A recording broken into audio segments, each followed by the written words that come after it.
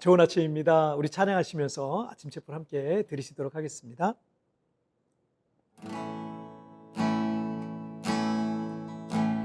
내 마음이 주를 향한 사랑이 나의 말엔 주가 주신 진리로 나의 눈엔 주의 눈물 채워주소서.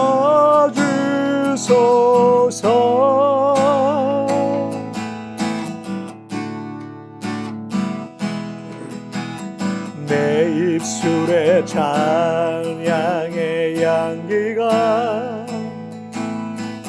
두 손에는 주를 닮은 섬김이 나의 삶엔 주의 은정 나게 하소서.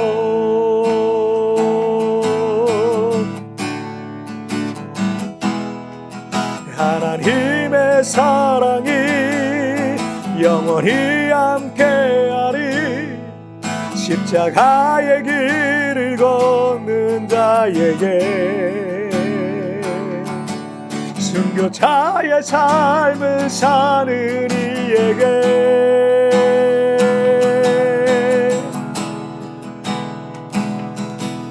조롱하는 소리와 세상 유혹 속에도 주의 순결한 신부가 되리라. 내 생명 주님께 드리리.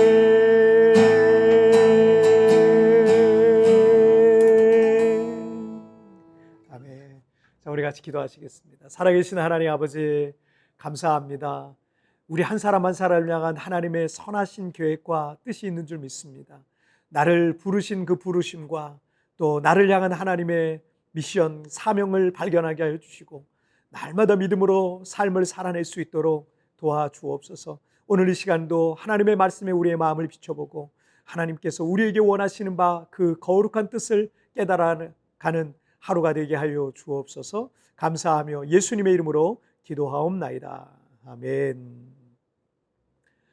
오늘 우리에게 주신 하나님의 말씀은 에스겔 2장 1절부터 10절까지 말씀 제가 봉독해 올리도록 하겠습니다. 그가 내게 이르시되 인자야 내 발로 일어서라. 내가 내게 말하리라 하시며 그가 내게 말씀하실 때 그 영이 내게 임하사 나를 일으켜 내 발로 세우시기로 내가 그 말씀하시는 자의 소리를 들으니 내게 이르시되 인자야 내가 너를 이스라엘 자손 곧 패역한 백성 나를 배반하는 자에게 보내노라. 그들과 그 조상들이 내게 범죄하여 오늘까지 이르렀나니 이 자손은 얼굴이 뻔뻔하고 마음이 굳은 자니라. 내가 너를 그들에게 보내노니 너는 그들에게 이르기를 주 여호와의 말씀이 이러하시다 하라. 그들은 패역한 족속이라. 그들이 듣든지 아니 듣든지 그들 가운데 선지자가 있음을 알지니라. 인자야 너는 비록 가시와 찔레와 함께 있으며 정갈 가운데 거주할지라도 그들을 두려워하지 말고 그들의 말을 두려워하지 말지어다. 그들은 패역한 족속이라도 그 말을 두려워하지 말며 그 얼굴을 무서워하지 말지어다. 그들은 심히 패역한 자라. 그들이 듣든지 아니 듣든지 너는 내 말로 고할지어다. 너 인자야 내가 내게 이르는 말을 듣고 그 패역한 족속같이 패역하지 말고 내 입을 벌리고 내가 내게 주는 것을 먹으라 하시기로. 내가 보니 보라 한 손이 나를 향하여 펴지고 보라 그 안에 두루마리 책이 있더라.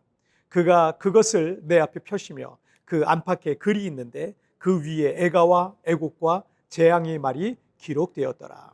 아멘. 앞으로 두세 주간 동안은 구약 성경의 예언서 중에 에스겔서를 우리가 함께 살펴보겠습니다. 에스겔서는 여러 가지 환상과 비유들이 많이 나오기 때문에 처음 성경을 읽을 때 이게 도대체 무슨 말씀이지? 라는 생각으로 당황스럽기까지 한 성경이기도 합니다. 특히 에스겔서 1장의 그 시작부터 보면은 이 세상에서 볼 수 없는, 아니 어쩌면 21세기 SF 그 판타지 소설이나 영화에 나올 법한 그런 신기한 생물에 관한 내용이 나옵니다. 참고적으로 그것은 하나님의 보좌를 호위하는 천사적인 존재들이다, 이렇게 이해하시면 될 것 같습니다. 성경에 보시면 선지자나 또 하나님께서 쓰시는 이들을 부르시는 그 사명장이라고 부르는 장들이 있거든요. 그런데 대부분 그 사명에 대해서 그리 길게 설명하고 있지 않고 한 장이나 아니면 몇 구절로 끝나는 경우가 많습니다. 그런데 에스겔을 선지자로 부르시는 이 소명과 사명에 대한 것은 에스겔서 1장부터 3장까지 매우 상세하게 기록하고 있고 그 과정에서 여러 가지 환상들도 포함되어 있는 것을 볼 수가 있습니다. 에스겔 1장 1절과 2절 말씀 함께 보실까요? 서른째 해 넷째 달 초다새에 내가 그발강가 사로잡힌 자 중에 있을 때 하늘이 열리며 하나님의 모습이 내게 보이니 여호야긴 왕이 사로잡힌 지 5년 그 달 초닷새라. 에스겔이 하나님께 처음 선지자로 부름받는 역사적인 어떤 배경을 볼 수가 있는데 에스겔은 제사장의 아들로 태어나서 제사장이 된 사람이었고 바벨론의 그 예루살렘 2차 침공 때인 BC 597년 그의 나이 25살 때 바벨론의 포로로 잡혀갔던 겁니다. 그리고 5년간 포로 생활을 하던 중에 바벨론에서 30살의 나이가 되었을 때 하나님께서 그를 선지자로 부르셨던 거예요. 자, 그러니까 에스겔은 바벨론의 3차 침공을 통해서 이 조국인 유다 왕국과 예루살렘이 완전히 멸망하기 6년 전부터 예언을 시작한 거예요. 그리고 이 바벨론 포로 생활하는 중에 그리고 그의 예언 활동은 그 뒤로 22년간 이어졌는데 조국이 멸망하기 직전의 수년간의 사역은 유다와 예루살렘의 죄를 책망하는 내용이 대부분이겠고요. 이 조국의 멸망 이후에는 포로로 끌려온 백성들에게 하나님의 위로와 회복에 가는 그 예언 사역을 했던 겁니다. 자, 에스겔 2장 4절을 한번 보시면 이 자손은 얼굴이 뻔뻔하고 마음이 굳은 자니라. 내가 너를 그들에게 보내노니 너는 그들에게 이르기를 주 여호와의 말씀이 이러하시다 하라. 30살이 된 에스겔을 선지자로 부르시면서 하나님께서 그를 얼굴이 뻔뻔하고 마음이 굳은 자들에게 보내신다라는 거예요. 그러니까 에스겔은 그 마음이 이미 굳을 대로 굳어서 변화될 가능성이 거의 제로에 가까운 백성들에게 하나님의 말씀을 전하는 사역이었어요. 자, 6절도 보시면 인자야 너는 비록 가시와 찔레와 함께 있으며 정갈 가운데 거주할지라도 그들을 두려워하지 말고 그들의 말을 두려워하지 말지어다. 그들은 패역한 족속이라도 그 말을 두려워하지 말며 그 얼굴을 무서워하지 말지어다. 주님께서 너의 사역을 통해서 어떤 변화와 부흥의 역사가 없을 것이다 라는 말씀을 주셨다면 제가 에스겔이라도 많이 낙심이 되었을 것 같아요. 그런데 거기에다가 6절을 보니까 가시와 찔레와 정갈 가운데 거주하게 된다라는 이 말씀이 나오는데 그의 사역이 가시밭길과 같고 죽음의 위협이 있을 것이다 라는 그런 말씀이죠. 자, 그리고 5절을 보실까요? 그들은 패역한 족속이라 그들이 듣든지 아니 듣든지 그들 가운데 선지자가 있음을 알지어다.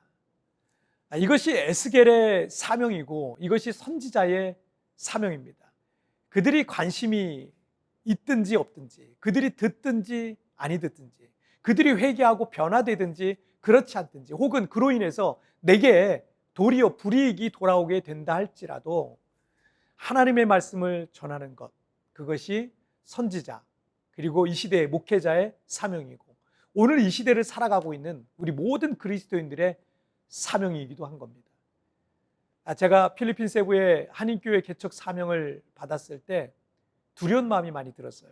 그 중에 하나는 40대 중반의 나이에 뭔가를 도전했다가 크게 실패했을 때 다시 회복하는 게 쉽지 않을 것 같다라는 생각이 드는 거예요. 그로 인해 나뿐만 아니라 가족들에게까지 어떤 시련과 고통을 주게 될까 하는 염려가 있었어요. 아마도 이 세상에 사는 모든 중년의 아버지들이 하는 그런 세상적인 걱정이었던 것 같습니다. 그래서 그 문제를 위해서 기도하고 또 기도하고 두려우니까 오랫동안 이 기도에 씨름을 했었던 기억이 있습니다.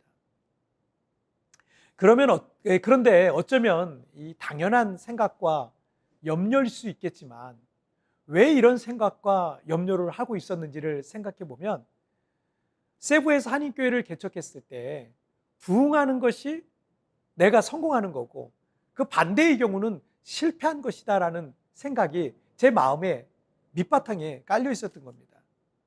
하지만 오늘 본문의 이 에스겔의 사명을 통해서 비춰볼 때 저는 지극히 세속적인 목사였던 거예요.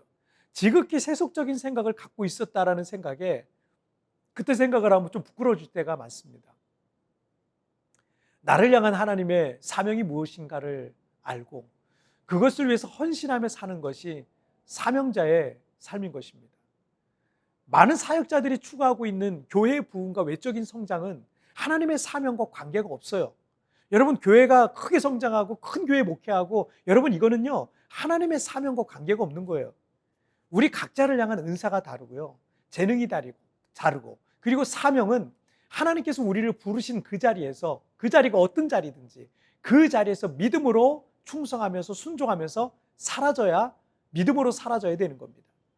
나의 삶의 자리에서 나의 사명은 무엇인지, 나의 직업, 이 직업을 통해서 하나님 나에게 어떤 부르심을 주셨고 어떤 사명을 주셨는지 여러분, 그것을 여러분 깨달아 가시기를 주님의 이름으로 축복합니다. 자, 우리 함께 기도하실까요?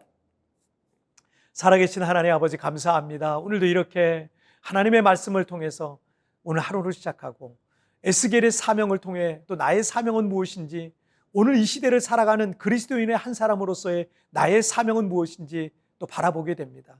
오늘 그 사명에 충성하고 순종하고 그렇게 믿음으로 삶을 살아내는 오늘 하루가 되게 하여 주옵소서. 가정에서, 직장에서, 학교에서, 내가 있는 곳곳마다 나를 부르신 그 부르심의 사명을 따라 순종하는, 충성하는 오늘 하루가 되기를 소원하며 이 모든 말씀 우리 주님 예수님의 이름으로 기도하옵나이다. 아멘. 여러분, 뒤편에 나오는 오늘의 묵상 보시면서 개인적으로 묵상하시고요, 짧게라도 뜨겁게 기도하시면서 오늘 하루 주님과 동행하시길 바랍니다. 내일 우리 굿모닝 촛불에서 찾아뵙도록 하겠습니다. 여러분, 승리하세요. 우리 각자를 향한 은사와 재능 그리고 사명은 하나님께서 우리를 부르신 자리에서 믿음으로 사라져야 하는 것입니다. 나의 삶의 자리에서의 사명이 무엇인지를 묵상해 봅시다.